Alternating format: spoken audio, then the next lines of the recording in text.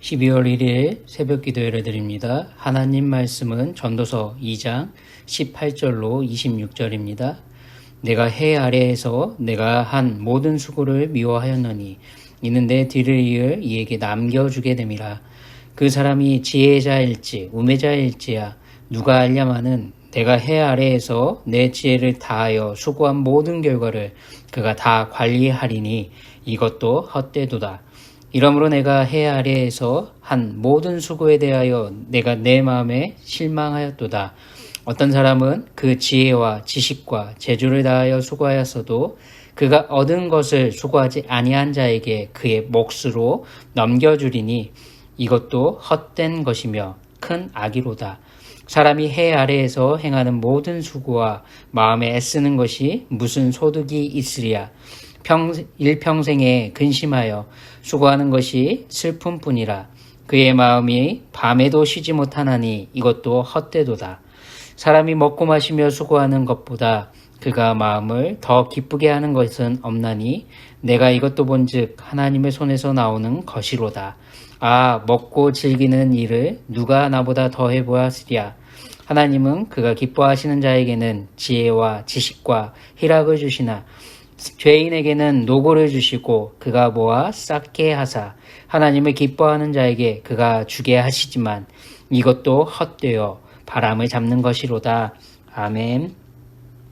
성경은 무엇보다 우리가 잘 알고 있는 잠언은 지혜는 하나님을 아는 것이다. 좀 더 정확히 말하면 우리를 향하신 하나님의 뜻을 아는 것이라 말합니다. 하나님이 우리에게 원하시는 것은 무엇일까? 우리 하나님의 뜻을 어떻게 우리는 알 수 있을까? 우린 과연 하나님의 뜻에 대해 어디까지 알 수 있고 실천할 수 있을까? 바로 이것에 대해 우리 내면에는 궁금증과 의문들이 쌓일 때가 참 많습니다. 바로 우리 내면에 쌓이는 이런 궁금증과 의문들에 대해 답을 주는 성경이 지혜서라 우리는 부릅니다. 지혜서는 우리가 알고 있는 것처럼 시편, 잠언, 전도서, 아가서, 욥기를 말하지 않습니까? 하지만 지혜서 가운데 전도서를 통해 말하는 내용은 우리가 신앙생활을 해나갈 때 규범으로 삼을 만한 하나님의 말씀과 얼핏 생각해보면 충돌되는 것처럼 이해되기 쉽습니다. 그렇게 생각되기도 합니다. 가령 복과 저주를 말하는 신명기 28장이 그렇습니다. 재성이 끌려가고 미혹받는 우리 이성과 자아론 하나님이 주신 율법, 즉 하나님의 말씀대로 순종하며 살면 반드시 이 땅에서 하나님의 언약의 신실하심을 지켜주셔서 그 말씀대로 복을 받고 형통하게 될 것이라고 기대하고 생각하기 쉽습니다. 하지만 전도자는 해 아래에서 수고하는 모든 것이 헛되고 헛되다 말하고 있는데 이것을 한 번만 말하는 것이 아니라 지속히 반복하면서 1장, 2장에 걸쳐 말하고 있는 이 대목에 우리의 생각이 부딪혔을 때 우리는 혼란을 겪을 수밖에 없습니다. 하지만 말씀을 잘 살펴보면 전도자가 말하는 해 아래에서 수고하는 모든 것의 이유와 목적, 동기가 과연 우리 하나님이 하시는 말씀과 동일한가 우리는 생각해 보게 됩니다. 우리가 냉정하게 말씀을 통해 생각해보고 살펴본다면 우리 하나님이 하시는 말씀과 완전히 다르다는 것을 우린 확인하고 있습니다. 전도자는 자신이 해 아래에서 행한 모든 수고를 미워하게 된 이유를 밝힙니다. 그 이유가 바로 18절로 19절에 나와 있는데 이렇습니다. 내가 해 아래에서 내가 한 모든 수고를 미워하였노니 이는 이라고 하며 그 이유를 설명합니다. 내 뒤를 이을 이에게 남겨주게 됨이라. 그 사람이 지혜자일지 우매자일지 누가 알랴마는 내가 해 아래에서 내 지혜를 다하여 수고한 모든 결과를 그가 다 관리하리니 이것도 헛되도다 라고 그 이유를 말하고 있습니다. 우리는 전도자가 말하는 헤벨, 헛되다는 뜻이 뭔지 확인했습니다. 헛되다는 것은 안개와 같이 해가 나면 즉시 사라져버릴 유한한 인생에 대한 아쉬움이었습니다.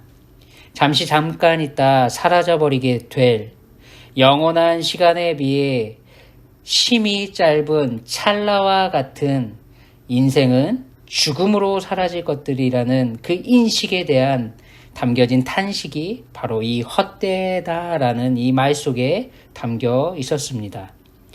탄식하는 근원적인 문제는 자신의 수고와 노력에 대한 그 결실, 그 열매를, 그 누림이 자기 자신만 온전히 누리려고 하는 대로 돼서 비롯됐음을 우리는 살펴보았습니다. 전도자는 자기 자신을 위해서 자기 자신만을 위한 수고와 노력을 말하며 헛되다 지금 고백했습니다. 자신의 뒤를 이어 왕위에 이를 자식 혹은 그의 후손들의 삶이 비록 지혜 있다 해도 망령되고 어리석은 인생을 반복하게 될 것을 생각하며 탄식하고 있습니다. 이미 전도자 자신보다도 앞선 세대들이 행했던 똑같은 실수, 이것을 반복할 것에 대해 경계하며 앞서 살핀 18절, 19절을 통해 전도자는 자신의 넋두리를 지금 쏟아내고 있는 겁니다. 전도자에게 가장 큰 근심이자 고통은 무엇입니까? 21절입니다. 사람이 지혜와 지식과 기술을 동원하여 수고하나 그 얻은 것을 아무도 수고하지 않은 사람에게 그의 몫으로 주어야 한다니 이것 또한 역시 헛된 것이라고 말하고 큰 악이라 말할 뿐입니다. 또한 평생을 수고해도 근심과 고통에서 벗어나지 못하는 인생, 밤에도 쉬지 못하고 전전긍긍하며 염려 속에서 살아가게 되는 이 유한한 인생에 채워지지 않는 이 탐심 때문에 벌어지는 그 고통과 번뇌를 전도자는 탄식하고 있는 겁니다. 전도자의 헛되다는 이 고백은 모든 죄인이 갖고 있는 탐심 때문입니다. 전도자는 앞서 1장에서 인간 내면에서 일어나는 이 충동과 한계를 이렇게 고백합니다. 7절 모든 강물은 다 바다로 흐르되 바다를 채우지 못하며 강물은 어느 곳으로 흐르든지 그리로 연하여 흐른다. 이와 같이 8절에서 모든 만물이 피고다다는 것을 사람이 말로 다 할 수 없나니 눈은 보아도 족함이 없고 귀는 들어도 가득 차지 아니하도다. 아멘.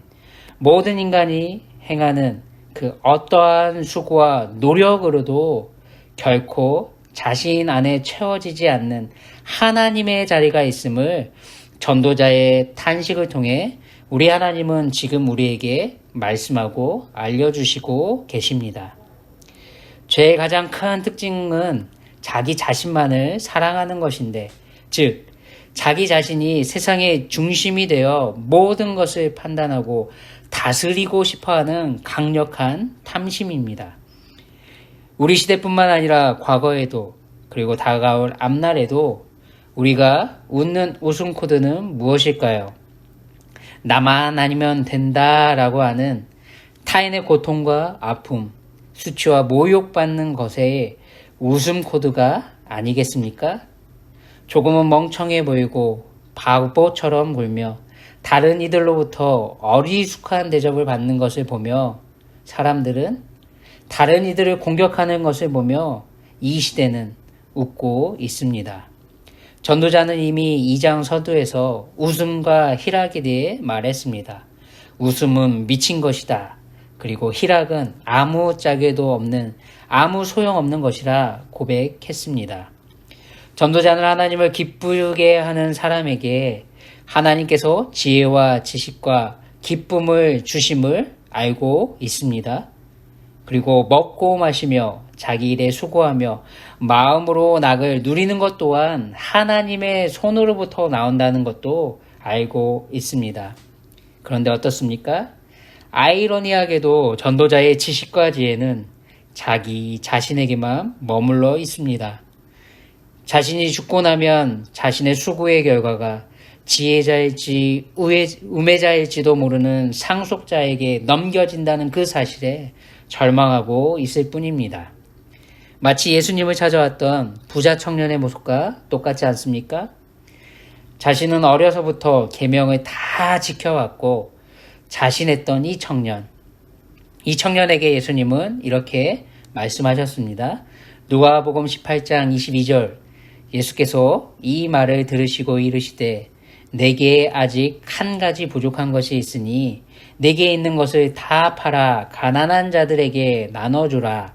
그리하면 하늘에서 내게 보화가 있으리라. 그리고 와서 나를 따르라. 아멘.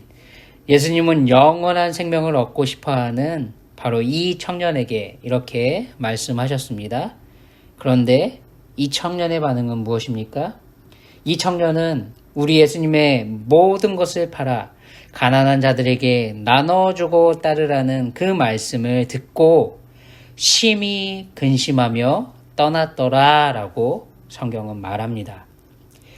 사실 전도자를 이어 상속받을 사람이 지혜자여도 전도자의 반응은 똑같을 겁니다. 똑같이 모든 것이 헛되다 고백했을 겁니다. 자신이 평생 동안 행하고 일궈낸 그 모든 것이 자기 자신과 같은 것들을 전도자는 결코 손에서 그의 인생에서 놓고 싶지 않기 때문에 그렇습니다. 평생 수고한 결과 자기 자신과 같이 여기는 바로 이 세상에 속한 이 물질, 사라지고 말 이 땅에 유한한 것들을 수고하지도 않은 누군가의 몫으로 돌아가는 것은 전도자에게 한탄하는 괴로움이 될 뿐입니다. 자기 자신만을 위해 살아가는 바로 우리 모든 죄인들의 동일한 모습이기도 합니다. 전도자 자신이 고백하는 것처럼 모든 것이 주께로부터 온 것임을 믿고 행하는 삶은 오직 하나님의 은혜 아래에서만 가능합니다. 영원한 생명의 가치와 하나님의 절대 주권을 인정하고 순종하는 하나님 나라와 의를 위해 하나님의 뜻을 위해 철저하게 자기 십자가를 지고 살아가기 위해 오늘 하루도 앞날도 애쓰는 성도 말고는 이렇게 이 세상에 살아갈 능력을 우리 하나님께 부여받은 사람은 이 세상에 한 사람도 없습니다. 하지만 이렇게 사는 것은 성도인 우리들에게도 참으로 어려운 것이 우리의 현실이며 현 주소이기도 하지 않습니까?